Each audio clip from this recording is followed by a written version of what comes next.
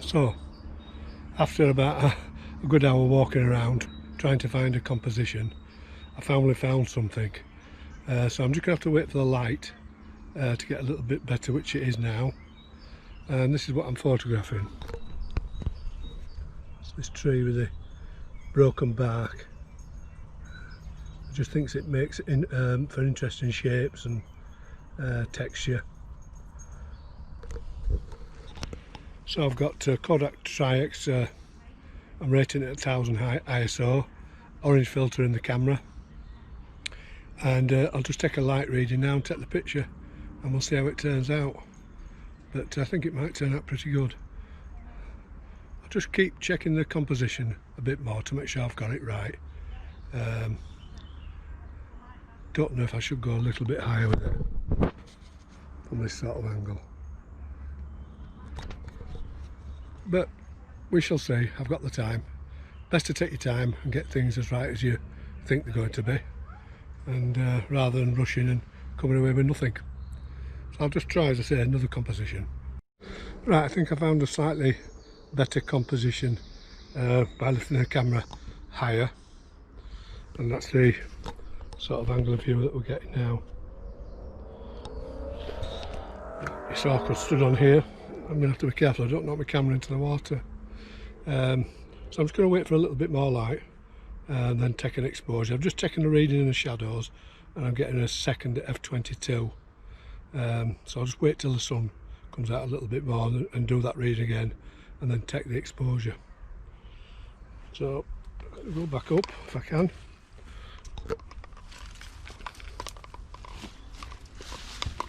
That's the actual setup now. As you can see, it's quite steep, so I want to be careful. I'm not the best of swimmers. It's quite calm, is the river. In winter, this river, you could not get on this path. It was nearly as high as the banking. We had all that rain. It was unbelievable. But now it's nice and calm, so that's good. Right, I think the sun's coming out, so I'll just get ready to take the picture. Right, so I've just taken the picture. The exposure, I exposed, I don't know if you can see this, just round about that area of the tree, placed the shadows on zone 3, and it gave me 1/4 of a second f22, and that converted to f216 at 24.5 seconds, and with reciprocity failure for Tri-X it came out at 2 minutes 30. So I might just take one more and try and get it out with the sun full on it rather than a partial shade, and just see how that turns out. So I'll just hang about a little bit more. Sometimes you're never satisfied when you take one picture. I do feel I've got this picture, but I might just try a slightly different angle and see how that goes.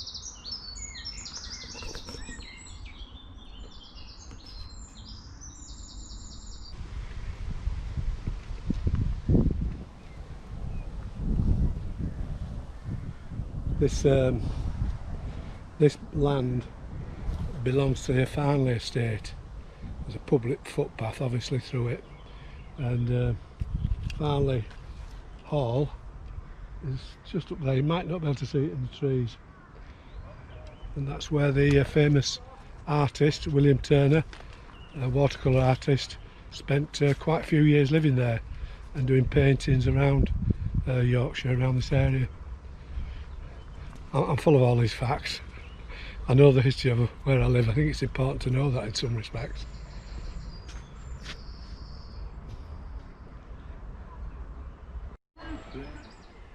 Right, I think I'm going to call it a draw. The sun's very bright, the clouds are going, it's just a little bit too bright. So I've taken a picture, quite happy, and we'll see if it turns out. Lovely spot this.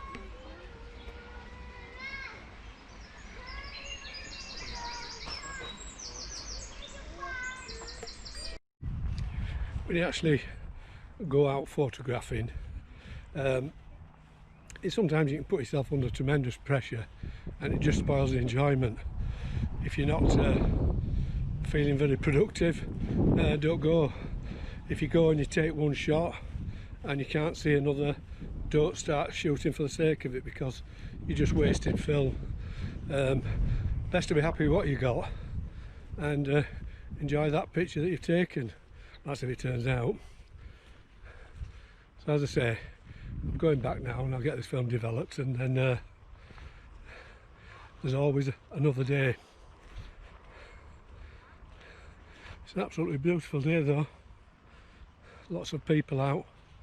Seems to be a lot busier since the lockdown. I think people have realised how good it is to actually get out and just, you know, sit about, play football, picnic, probably things they've not done before, but they now, after being locked at home, they're realising that it's a nice thing to do. That's the beauty of photography. It does get you out and makes you walk about, which is good for good exercise. So I'm not far from the van now, and just a short video of this, but it might give you an idea, you know, how you have to look around to find actual composition. I think that'll work, that I took, but you never know. You can never be 100% sure.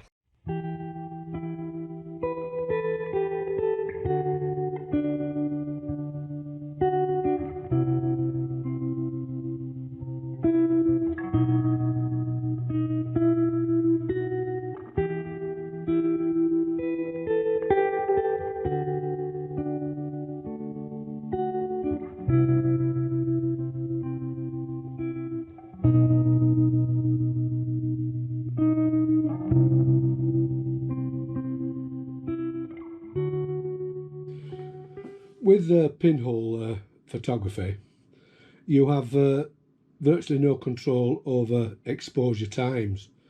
The exposure times are determined by the actual pinhole size and calculated to that aperture of the pinhole. There are ways to have a certain amount of control, such as using ND filters, neutral density filters, that will give you longer exposure times, and then by using films where you up the film's sensitivity, its ISO rating, and that will give you shorter exposure times. Now in this video, the picture that I took of the tree, I was using Kodak Tri-X 320 sheet film. I also placed an orange filter inside the camera, and the film was rated at 1000 ISO. I metered using the spot meter, and I set the spot meter to 500 ISO to allow for the filter factor of the orange filter, which was one stop. And when I metered the area that I wanted to retain some shadow detail, I was getting 1 second at f22. Now by placing that on zone 3, it gave me an exposure then of 1/4 of a second at f22. But the actual exposure time, because the pinhole at f216 is a lot smaller, was 24 seconds at f216. Then we have to calculate in the film's reciprocity failure, and Tri-X at 24 seconds gave me a total time of 2 minutes 30. Now, if I'd used, say, Ilford FP4 and at its box speed of 125, metered at 50 ISO to allow for the orange filter's filter factor, the same spot reading, rather than give me 1 second, would have given me 8 seconds. And if I placed that onto zone 3, it would have given me 2 seconds. And at f216, I would have to expose the film at 3 minutes 13 seconds. And then I would have to calculate the FP4's reciprocity failure at 3 minutes 13 seconds, and it would have given me 44 minutes. So there's a difference of round about 40 minutes longer exposure than using Tri-X at 1000 ISO. So you can see there's a big advantage there. Rather than stood about for 44 minutes, I was stood there for 2 minutes 30, and that's because I rated the film at a lot higher ISO. The other benefit as well with higher ISOs giving shorter exposure times is in the actual areas of the picture where things are moving. If the exposure times are too long, then everything seems to blur into one area. So if we had a cloud scene where clouds are moving at 44 minutes, it would just turn into like for want of a better word, mush. You wouldn't see much definition. This picture that I took, there were leaves in the foreground and trees in the background. At 44 minutes, because those actual leaves and trees were moving, that would have gone into this blurry sort of mess with no definition. But at 2 minutes 30, it did hold some definition, some shape to the leaves and the trees. So you know that's another benefit of using a film with a high ISO. The key to this is finding a developer that will allow you to uprate the film and double or even treble the exposure times without losing quality. And Diafine is a developer that I use that is capable of doing this. It's a two-part compensating developer. It increases the speed of the film without losing shadow detail and without blowing the actual highlight detail. I'll leave a link in the description with some articles on Diafine rather than talking about it here, you know, so you can read some more in-depth how Diafine works and why it's a good developer for things like pinhole photography. Right, enough of this technical mumbo jumbo. I think I've gone off a little bit of a tangent on that, explaining how I exposed and the materials that I use. But I do feel sometimes that some videos you see online, they'll show you the pictures and the finished photographs that they've actually done, but they don't really give you any in-depth technical information, how they're meted for the scene, and as I say, what materials they've used to get to the finished result. So I just thought I'd fit that little bit in. But the video really is about going out with your camera, in my case, going out with the pinhole camera, and just enjoying going out with the camera and not putting yourself under too much pressure, thinking that you always have to come back with a picture. I walked around for about an hour before I come up with this composition. I'm quite happy with it. I think it's a slightly different picture. I can see shapes in it. I can see, I might be going a bit crazy here, but I can see like two elephants, one on top of one another with the trunks coming down like they're going to drink from the water, but that's just my erratic imagination. But there's something made me take the picture, and I think it's to do with the actual depth of tone and the shapes that the broken tree has created. But yeah, go out, enjoy photography, don't feel under pressure. If you come back with no pictures, don't worry about it. There's always another day. The main thing is that you go out and you enjoy what you're doing. And another reason why I showed you the actual diaphragm developer and using Tri-X with it is that it is a tool of the trade. It's a way of working that sometimes can make the process of photography more enjoyable and easier to do. So if I hadn't had used diaphragm, I would have been stood around there for around about 44 minutes.